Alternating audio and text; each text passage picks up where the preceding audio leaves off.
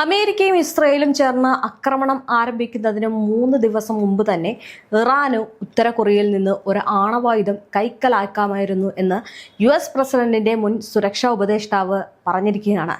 അതായത് നമുക്കറിയാം, ഇറാനും അമേരിക്കയും തമ്മിലുള്ള യുദ്ധം ഇത് 11ാം ദിനത്തിലേക്ക് കടന്നിരിക്കുന്നു. ഇറാന്റെ ഭാഗത്ത് നിന്ന് പുതിയ ആയുധങ്ങൾ പുറത്തു വരുന്നു. ഇത് കണ്ട് ഇസ്രയേലും അമേരിക്കയും വളരെ ഞെട്ടലോടെ ഇരിക്കുകയാണ്. ട്രംപിന്റെ ഈ ആദ്യ ഭരണകാലത്ത് അദ്ദേഹത്തെ സഹായിച്ച ഒരു അമേരിക്കൻ അഭിഭാഷകൻ ജോൺ ബോൾട്ടാണ് ഈ കാര്യം വ്യക്തമാക്കിയിരിക്കുന്നത്.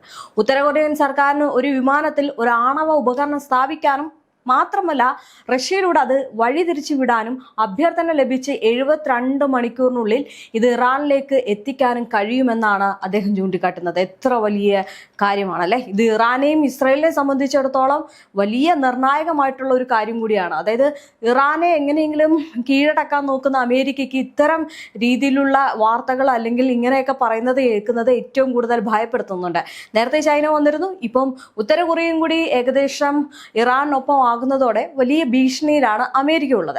ഇത് ഇസ്രയേലിനെയും അമേരിക്കയും സംബന്ധിച്ച് ചെറിയൊരു കാര്യം കൂടിയല്ല. ഇറാനും ഉത്തര കൊറിയയും തമ്മിലുള്ള ബന്ധത്തെ കുറച്ച് കാണരുത് എന്നും ബോൾട്ടൺ വ്യക്തമാക്കിയിട്ടുണ്ട്. ഇപ്പോൾ രൂപപ്പെടുന്ന ഈ ഒരു ചൈന റഷ്യ അച്ചുതണ്ടിൽ ഇറാനും ഉത്തര കൊറിയയും 2 വ്യത്യസ്ത ശക്തികളാണ്. അതിനാൽ തന്നെ അവയെ തമ്മിലുള്ള സഹകരണം വലിയ ഭീഷണി എന്നാണ് ബോൾട്ടൺ പറയുന്നത്. ഇറാന് വർഷങ്ങളായി ആഗ്രഹിച്ചിരുന്ന ആണവായുധം ഇപ്പോഴും ലഭിക്കുമെന്ന് മുൻ ഉപദേഷ്ടാവ് അവകാശപ്പെടുകയാണ്. അതായത് അമേരിക്കയുടെ ഓപ്പറേഷൻ എപ്പിക് ഫ്യൂറി ഇറാന്റെ ആണവ മോഹങ്ങളിൽ ഒരു വിള്ളൽ വീഴ്ത്തിയെങ്കിലും ഇറാന് മറ്റ് രാജ്യങ്ങളുമായിട്ടുള്ള സഖ്യം ഉപയോഗിച്ച് ഒരു ആയുധം നേടാമെന്നും ബോൾട്ടൺ വാദിക്കുകയാണ്.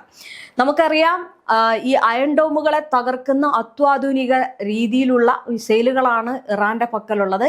മാത്രമല്ല, ഇറാനൊപ്പം ഈ ഉത്തര കൊറിയ വരുമ്പോൾ അത് വലിയ രീതിയിലുള്ള പ്രശ്നങ്ങളിലേക്ക് മാറും എന്നത് അമേരിക്കയ്ക്ക് അറിയാം. എന്തായാലും അമേരിക്കൻ ആക്രമണങ്ങളുടെ തരംഗം അവരുടെ ആണവ പദ്ധതികൾക്ക് തടസ്സമായതിനെ തുടർന്ന് ഇറാൻ വേഗത്തിൽ അവയുടെ ഒരു പുനർനിർമ്മാണം നടത്തുന്നുണ്ട് എന്ന് വിശ്വസിക്കപ്പെടുന്നുണ്ട്.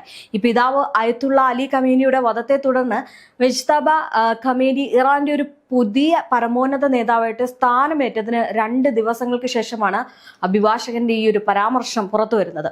ഈ അയത്തുള്ളയുടെ മകൻ പുതിയ നേതാവാകുന്നത് ഒരു മാറ്റവും വരുത്തില്ല എന്ന് കഴിഞ്ഞ ദിവസം ഇറാനിലെ പല പ്രമുഖരും ഇറാനിൽ മുന്നറിയിപ്പ് നൽകിയിരുന്നു. എന്നാലും മുജ്തബയും പിതാവിന്റെ കടുത്ത നിലപാടുകൾ പിന്തുടരുന്ന ഒരു വ്യക്തിയാണ്. ഇനി നോക്കുകയാണെങ്കിൽ ഇറാനിലെ ഈ പൗരോഹിത്യ മേഖലയിൽ ഏറ്റവും സ്വാധീനമുള്ള വ്യക്തികളിൽ ഒരാളാണ് 56-കാരനായ മുജ്തബ. വർഷങ്ങളായിട്ട് തന്റെ പിതാവിന്റെ പിൻഗാമിയാകാൻ സാധ്യതയുള്ള സ്ഥാനാർത്ഥികളിൽ ഒരാളായി അദ്ദേഹം കണക്കാക്കപ്പെട്ടിരിക്കുന്നു. ആക്രമണങ്ങൾ തുടർന്നാൽ മിഡിൽ ഈസ്റ്റിൽ നിന്ന് 1 ലിറ്റർ എണ്ണ പോലും അയക്കാൻ കഴിയില്ല എന്ന് കഴിഞ്ഞ ദിവസം ഇറാൻ മുന്നറിയിപ്പ് നൽകിയിരുന്നു. ഇതെല്ലാം നടക്കുമ്പോഴും എണ്ണ കയറ്റുമതി ചെയ്യാൻ ഉപയോഗിക്കുന്ന ഒരു പ്രധാന കടൽപാതയ്ക്ക് സമീപം അമേരിക്കൻ സൈന്യം 16 ഇറാനിയൻ കപ്പലുകൾ നശിപ്പിച്ചു എന്നുള്ള വാർത്തകളൊക്കെ വരികയാണ്. അതായത് ഒരു യുദ്ധം നടന്നു, അതിന്റെ തുടക്കം മുതൽ ഓരോ കാര്യങ്ങളാണ്. അതായത് ഇറാനെ എങ്ങനെയെങ്കിലും തീർക്കുക എന്ന ലക്ഷ്യത്തോടെ അമേരിക്ക രംഗത്തെത്തു. പക്ഷേ അമേരിക്കയെ സംബന്ധിച്ചിടത്തോളം ഇപ്പൊ ബലഹീനമായിട്ടുള്ള ഒരു അവസ്ഥയിലേക്കാണ് കടന്നുപോയിക്കൊണ്ടിരിക്കുന്നത്. അപ്പം ഈ പറയുന്ന ഇറാന്റെ ഭാഗത്തുനിന്ന് വലിയ രീതിയിലുള്ള ആക്രമണം തുടരെ നടക്കുകയാണ്. ഓരോ ദിവസവും ആ ആക്രമണത്തിന്റെ ആഘാതം ഈ ഇറാൻ കൂട്ടുകയാണ്. ലോകം ഇന്നുവരെ കണ്ടിട്ടില്ലാത്ത അത്രയും ഭീകരമായിട്ടുള്ള ആക്രമണ പരമ്പരയ്ക്കാണ് പശ്ചിമേഷ്യ സാക്ഷ്യം വഹിക്കുന്നത്. കഴിഞ്ഞ കുറച്ച് മണിക്കൂറുകളായിട്ട് ഇസ്രയേലും അമേരിക്കയുടെയും തന്ത്രപ്രധാനമായിട്ടുള്ള സൈനിക കേന്ദ്രങ്ങളെ ലക്ഷ്യമാക്കി ഇറാൻ തങ്ങളുടെ അത്യാധുനിക മിസൈലുകളും ഡ്രോണുകളും അഴിച്ചുവിട്ടിരുന്നു. നമ്മൾ നേരത്തെ പറഞ്ഞതുപോലെ തന്നെ പുതിയ മിസൈലുകൾ ഇറാൻ പരിചയപ്പെടുത്തുകയാണ്. ഇത് കേവലം ഒരു തിരിച്ചടിയല്ല, മറിച്ച് മിഡിൽ ഈസ്റ്റിലെ അമേരിക്കൻ അപ്രമാദിത്വത്തിന്റെ അന്ത്യം കുറിക്കാനുള്ള കൃത്യമായിട്ടുള്ള നീക്കമാണെന്ന് ഇറാനിയൻ സ്റ്റേറ്റ് മീഡിയ പ്രഖ്യാപിക്കുകയും ചെയ്തു. സംഘർഷം തുടങ്ങിയതിനു ശേഷമുള്ള ഏറ്റവും തീവ്രവും മാരകവുമായിട്ടുള്ള ആക്രമണമാണിത് എന്നാണ് റിപ്പോർട്ടുകൾ സൂചിപ്പിക്കുന്നത്. നിങ്ങൾ ആലോചിക്കണം, ആകാശത്ത് അഗ്നി പടർത്തിക്കൊണ്ട് കുതിച്ചുയരുന്ന 100 കണക്കിന് മിസൈലുകൾക്ക് മുന്നിൽ അമേരിക്കയ്ക്ക് പ്രതിരോധ കവചങ്ങൾ പതറുന്ന കാഴ്ചയാണ് കാണാൻ കഴിയുന്നത്. അല്ലെങ്കിൽ അമേരിക്ക പ്രതിരോധ കോട്ടകൾ തകർന്നു എന്ന് ഇറാന്റെ മിസൈൽ കരുത്തിനു മുന്നിൽ പകച്ചു നിൽക്കുന്നു എന്നൊക്കെയാണ് വാർത്തകൾ വരുന്നത്. ഇതാണ് പശ്ചിമേഷ്യ സാക്ഷ്യം വഹിക്കുന്നത്. ഇസ്രായേലിന്റെ അതീവ സുരക്ഷാ കവചമായിട്ടുള്ള അയൺ ഡോമും അമേരിക്കൻ സാങ്കേതിക വിദ്യയുടെ അഹങ്കാരമായിട്ടുള്ള പേട്രിയറ്റ് മിസൈൽ പ്രതിരോധ സംവിധാനങ്ങളും ഇറാന്റെ ഈ മിസൈൽ പ്രവാഹത്തിന് മുന്നിൽ തന്നെ വെറും കളിപ്പാട്ടങ്ങളായിട്ട് മാറുന്ന ഒരു അവിശ്വസനീയമായിട്ടുള്ള കാഴ്ചയാണ് ഇപ്പോൾ പശ്ചിമേഷ്യയിൽ കാണാൻ സാധിക്കുന്നത്. വർഷങ്ങളായിട്ട് കോടിക്കണക്കിന് ഡോളറുകൾ ഒഴുക്കി അമേരിക്ക പടുത്തുയർത്തിയ ഒരു സൈനിക സുരക്ഷാ വലയങ്ങളെ അപ്രസക്തമാക്കിക്കൊണ്ട് ഇറാന്റെ ഒരു ഹൈപ്പർസോണിക് മിസൈലുകൾ ഇസ്രയേലിന്റെ ഹൃദയഭാഗത്തേക്ക് തുളച്ചു കയറുകയാണ്. ഇത് നിസാര കാര്യമല്ല. മിസൈലുകൾ അതിർത്തി കടന്നു വരുന്നത് തിരിച്ചറിഞ്ഞ നിമിഷം തന്നെ ഇസ്രയേൽ ജനതയോട് ബങ്കറുകളിലേക്ക് പലായനം ചെയ്യാൻ ഭരണകൂടം ഉത്തരവിട്ടത് ഇറാന്റെ പ്രഹരശേഷിയെക്കുറിച്ച് അവർക്കുള്ള ഭയത്തിന്റെ ആഴം വെളിപ്പെടുത്തുകയാണ്. അത്യാധുനിക റഡാറുകളും ഇന്റർസെപ്റ്റർ മിസൈലുകളും കണ്ണുവെട്ടിക്കാൻ ശേഷിയുള്ള ചടുലമായിട്ടുള്ള നീക്കങ്ങളിലൂടെ ഇറാൻ തങ്ങളുടെ സൈനിക കരുത്ത് ലോകത്തിന് മുന്നിൽ ഒരിക്കൽ കൂടി വിളിച്ചോതിയിരിക്കുന്നു. എന്നാൽ ഈ ഒരു സംഘർഷത്തിന്റെ ഏറ്റവും ഭീകരമായിട്ടുള്ള വശം എന്ന് പറയുന്നത് അമേരിക്കയുടെ പശ്ചിമേഷ്യയിലെ കരുത്തായ 5ാം കപ്പൽ പടയുടെ ആസ്ഥാനമായിട്ടുള്ള ബഹ്റൈനിൽ മുഴങ്ങിയ അപായ സൈറണുകളാണ്.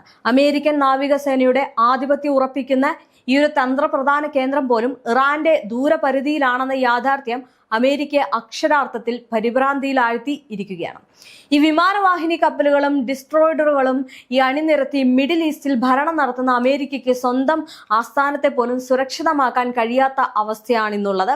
കടലിലും കരയിലും ആകാശം ഒരേപോലെ ആധിപത്യം സ്ഥാപിക്കുന്ന ഇറാന്റെ മൾട്ടി ലെയർ ആക്രമണ ശൈലിക്ക് മുന്നിൽ അമേരിക്കയുടെ ഡീറ്ററൻസ് തന്ത്രങ്ങൾ അമ്പെ പരാജയമാണ്. ഇനി അമേരിക്കൻ പണം വാരിക്കോരി നിർമ്മിച്ച ഈ ഒരു പ്രതിരോധ കോട്ടകൾ എന്ന് പറയുന്നത് ഇറാന്റെ അത്യാധുനിക ആയുധപ്പുരയ്ക്ക് മുന്നിൽ വെറും ഒരു കടലാസ് കൊട്ടാരങ്ങളായി മാറുന്നതാണ് ലോകം അമ്പരപ്പോടെ കാണുന്നത്.